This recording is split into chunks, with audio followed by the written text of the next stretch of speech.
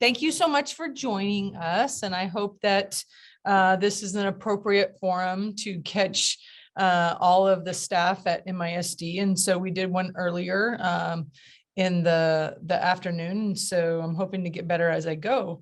And so just a few updates from our board meeting last night. I think 3 big takeaways. One, it was board appreciation last night. And I think in the great honor, our board kind of flipped on us and they made it more about the teachers. And so if you have not watched that or looked at the Midlothian Mirror today, they did do a story on that. And so kudos to our board for recognizing the hard work that our teachers are doing. And thank you as well for helping us recognize them last night at our board meeting. The second big item on the agenda last night that I think is really, really important for the staff to know about is the growth that's coming to the district. According to the demographer, we know that they're looking at minimum, or I guess maybe a moderate growth measure would be 16,000 homes going up within the next 7 to 10 years. And that could even reach, according to some additional lots, I guess, that are being planned, about 20,000. And so what does that mean for us? Well, that means about 50% more kids in our system. So we could look to grow well over 15,000 kids and even into the 16,000 range, probably within the next 10 years. And so that is huge. We have gone and grown over 2,000, I think 2,300 kids already in the last couple of years. And this year we've already grown, I believe, over 600 kids. And if we continue to see that type of growth, we will be one of the larger, southern districts to the big systems in the Dallas-Fort Worth area. So what does that really mean? It means that we have to start planning for that.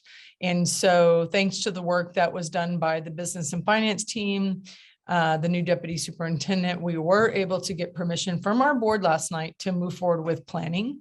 Doesn't mean we are going to go out for a bond just yet, but they did give us permission to begin the work around that. And that means involving the community, the stakeholders, and building out a planning committee on what that would look like. And so we're hopeful that our staff will join us in that and be part of that with us as we map out what is the next generation of schools going to look like at MISD. And so that's exciting, and it's going to be fun. And I hope I can be part of that for a long period of time. And so those are the big updates from the board meeting last night. And what we did yesterday was we did allow for some questions to be submitted ahead of time. And what I'm going to do is I'm going to answer some of those questions. And then in the staff notes that are going to come out, we are going to answer all of the questions to the best of our ability. We have them all answered, and my proof, we did answer all of them, but that would go way too long. And I thought I would pick more of the ones that I find entertaining or of interest to the whole group, and get more granular and specific in a staff note that would come out later on. And so the first one, I think, is on those of you who are interested in what we're doing and what is our thinking around block scheduling. And so block scheduling is something that would pertain to our high school campuses. And I have run both comprehensive 7-period days, 6-period days, hybrid blocks, alternating block, and I most recently came from a hybrid day where we ran a 5-period day, where 2 periods of the day were traditional 45-minute blocks, but the 3 blocks in the middle were hour-and-a-half class sizes. And so we are interested in moving to that model. Of course, that model is an expensive model. And if we can look at doing some things cost neutral, and as we go through the staffing and the planning for next year, if we can make that happen, then that is something that we're definitely interested in doing. If we can't, then we keep planning and we keep trying to see what we can do without so that we can get some of the things that we want. So that's what we're doing around block scheduling. Then the second question is actually a comment, and then something that I think is really important for a much deeper conversation than just a Zoom conference with the superintendent. And I'm going to read it verbatim as asked, but I am very concerned about the teaching profession and the possible future teaching deficiency resulting in larger, unmanageable class sizes. What is the district's plan to retain teachers who may be considering other avenues or districts? And so there's a lot that goes into that question.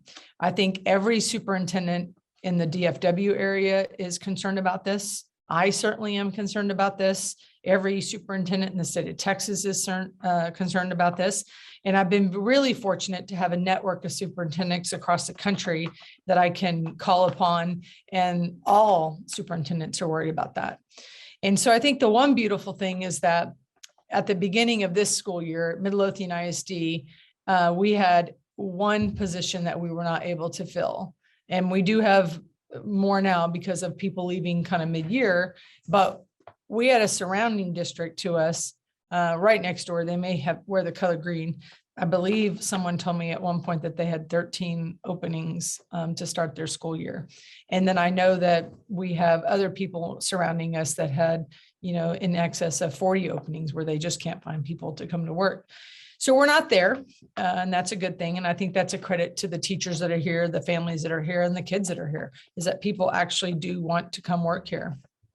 And so we also know that the last 2.5 years since COVID has begun is that it has been the most trying time in public education and teaching than any other time in the history. And so we're the one institution that has said to turn everything that we do on a dime, pivot daily. We're still doing that, and it's exhausting. And yet nobody's backing down from expectations. Nobody is backing down from what they want us to do in classrooms with students. And that's not a bad thing when you really think about it, is that we're really responsible for whether or not students progress or not. But I think that comes with some costs.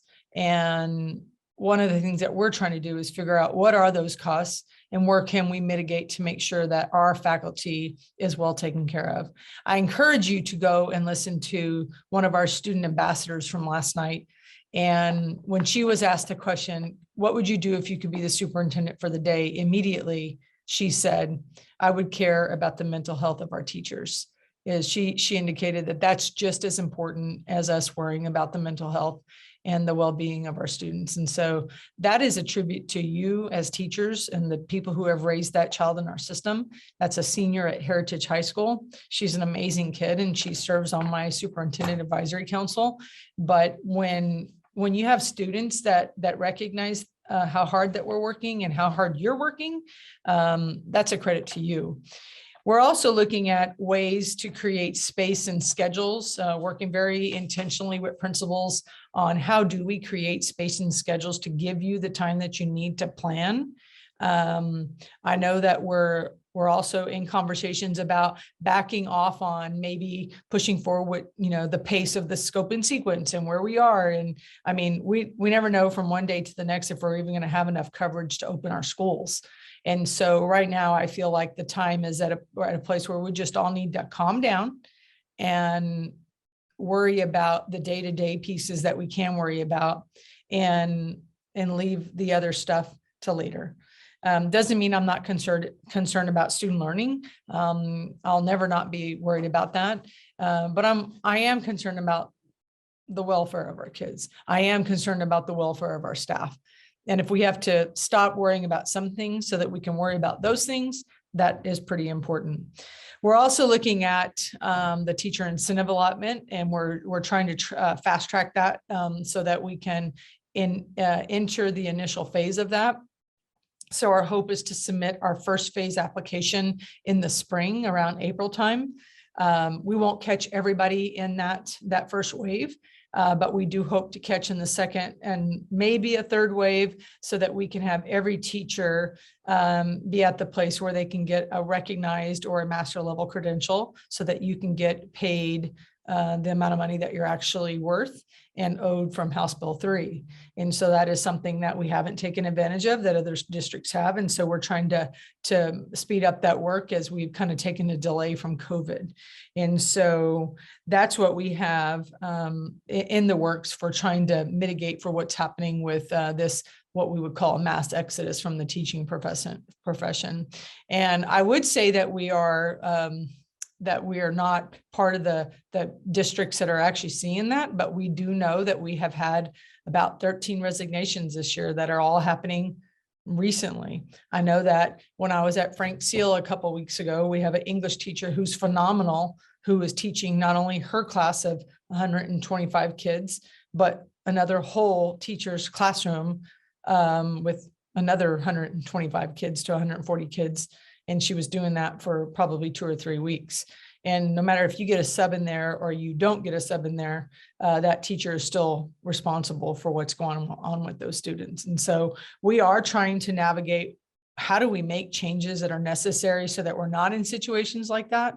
But unfortunately, everybody around us is dealing with the same issues. And so we're hopeful. We're hopeful that we can create a culture here where people just really want to work here. And that's been a culture that has existed for a long time. And it's one that we want to keep. And it's, we'll move forward with the planning, and the hope is that we maintain a solid teacher base, and we're not in that position where we're opening schools without 40 teachers in classrooms. Let's see. The next question is, people have heard that I was a high school teacher and a coach back in the day. That was a way back in the day, by the way. And will you share what you taught and coached and what you miss about that part of your career?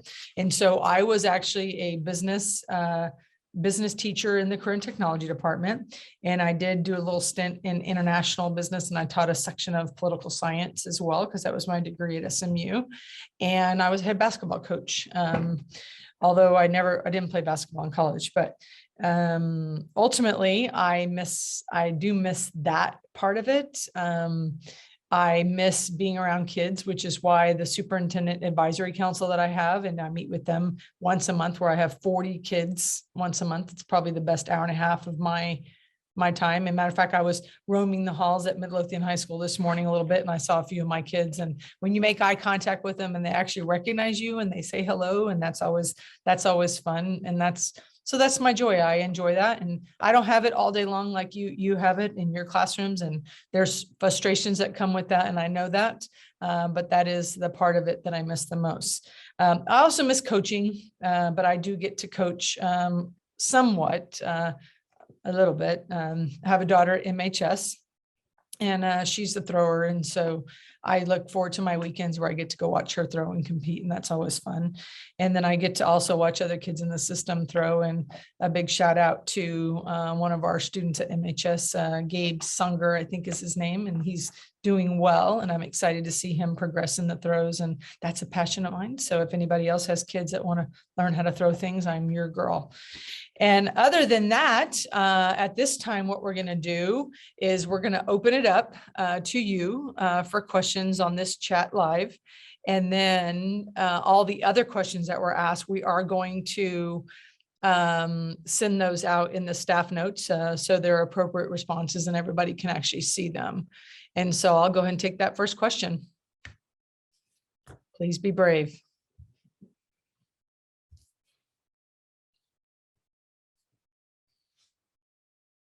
Do I have any pets at home? I'm wondering who asked that question.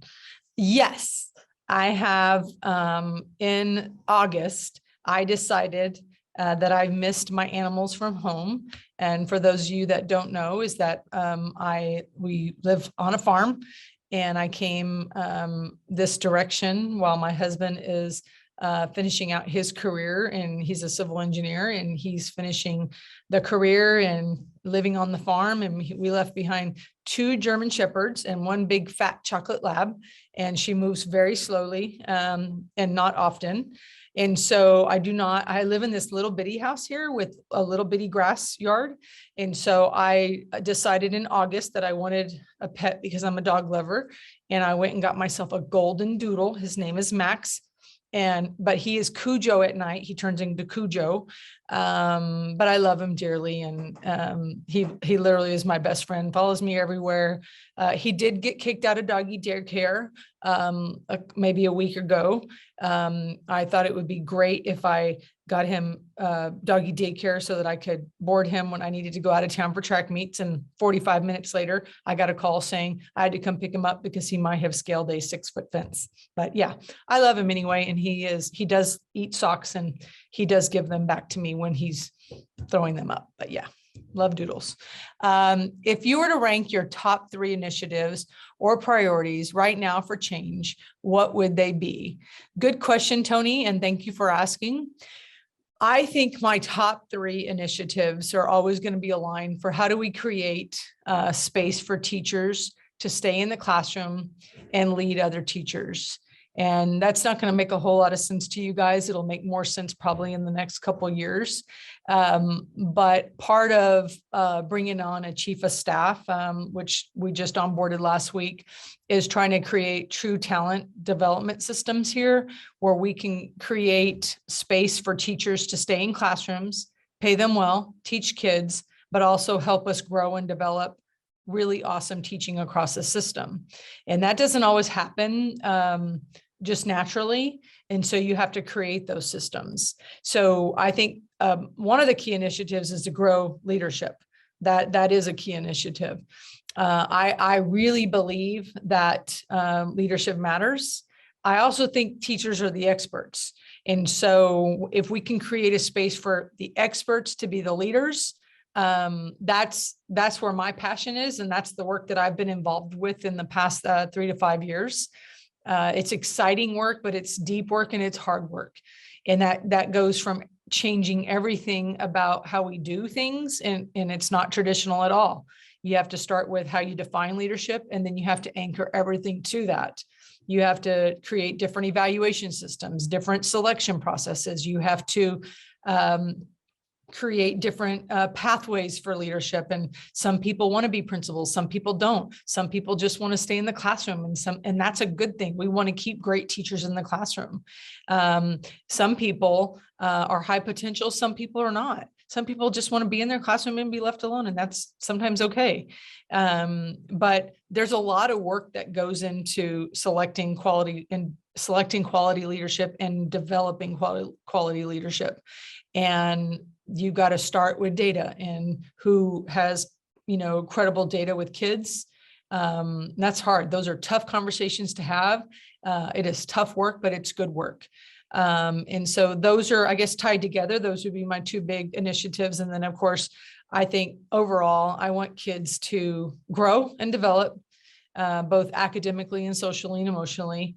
And I also want them to belong. I want them to belong in our schools. I want them all to have opportunities that are great opportunities for their life. And I want them to have a quality of life when they lead us because of us and not because of despite us, I guess, is what I'm looking for. And so I don't know, that's probably more than 3, but kind of wrapped together, it's my big items. And those are things that I've been involved with in my past 9 lives.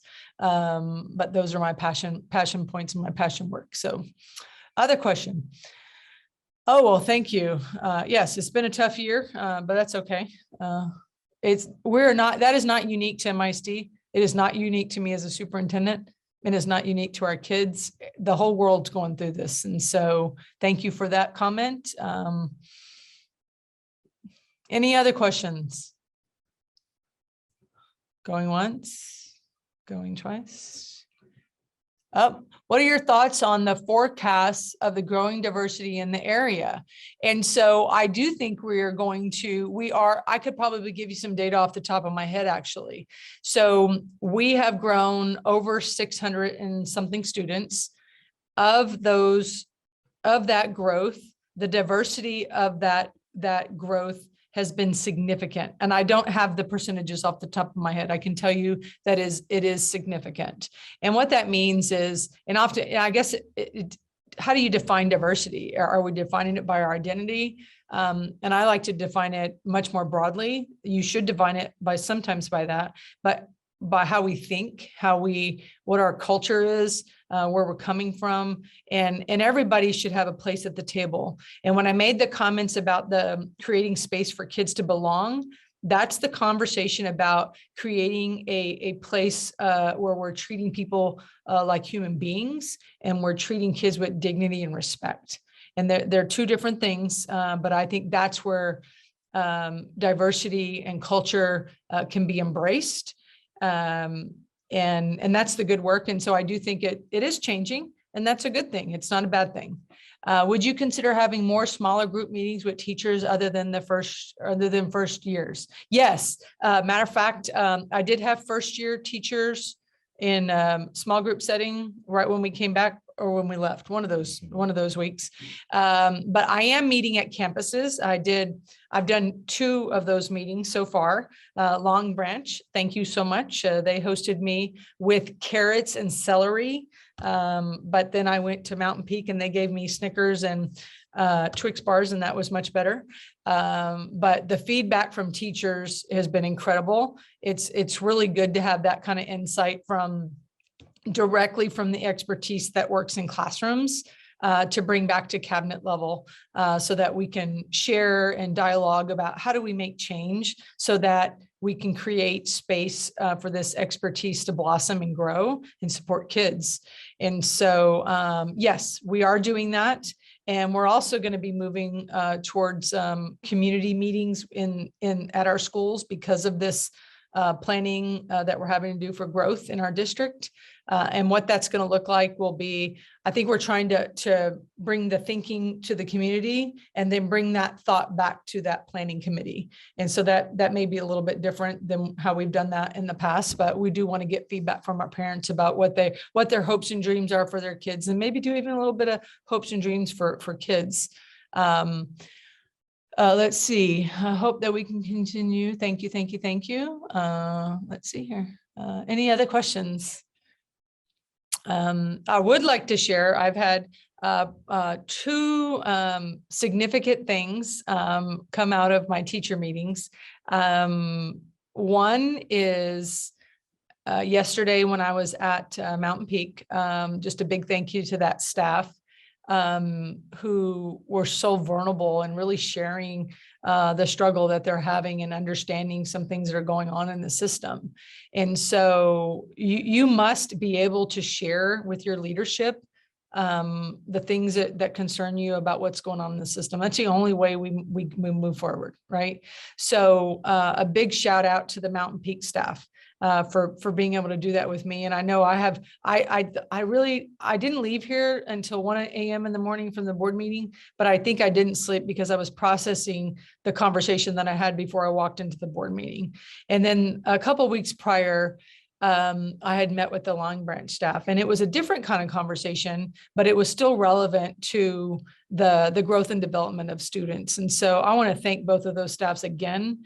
And I will be at every campus because everybody's trying to put that on the calendar for me to come in. And I don't come in and talk at you. It is your time to ask me personally questions about your concerns about the vision and about, are we a testing district? Are we not? Or why are we doing these things and things like that? So my hope is that we can move forward together. And so let's see here. I'm not familiar with the teacher incentive. Does it correlate to STAR scores? It could, if that's what the direction that we chose. I believe that we have to pick a data set that shows growth. And so we have moved in many grade levels using map data. And so that's like the gold standard. And so I know that we don't have that at every grade level, but that would be a good way to submit for the application for teacher incentive, because you have to have a growth measure on a student. And so we don't have that at every grade level right yet, but we do have a way to measure for progress in kinder, first, second, third, things like that. So we're working with the expert who actually helped Dallas ISD create their compensation structures. We're also working with someone who worked with TA in developing the whole plan for this. So they have a lot of experience with what Texas Tech kicks back on the evaluation component of that. And so we're hopeful to move the work quickly and effectively so that our application will get submitted and reviewed and we can move forward. The TIA does not only consider data of students, it also considers data of teachers. So evaluation data is pretty critical to that. So there's going to have to be some changes in what that looks like as well at MISD. But I will tell you, it would be well worth that for you as teachers. There are some campuses, depending on where you work, because the House Bill 3 designates every campus and what levels would align with what compensation structure. And there are teachers, I think, at one of our campuses that could see it with a master's level credential, could see up to $16,000 more in pay a year. So it's definitely something that we want to do because it will support you in your life. And so thank you for asking that question. Other questions? Okay. Wait, somebody had a Q&A. Hold on. Oh, okay. So I think that's it. Okay. Well, I want to thank you all for the feedback. We are having this because of your feedback. And if this is how you need to receive information from me, then I want to make sure that I'm vulnerable and receiving feedback in a way that helps me make change so that I meet your needs. And so thank you so much for attending, and I look forward to the next one. Have a good day.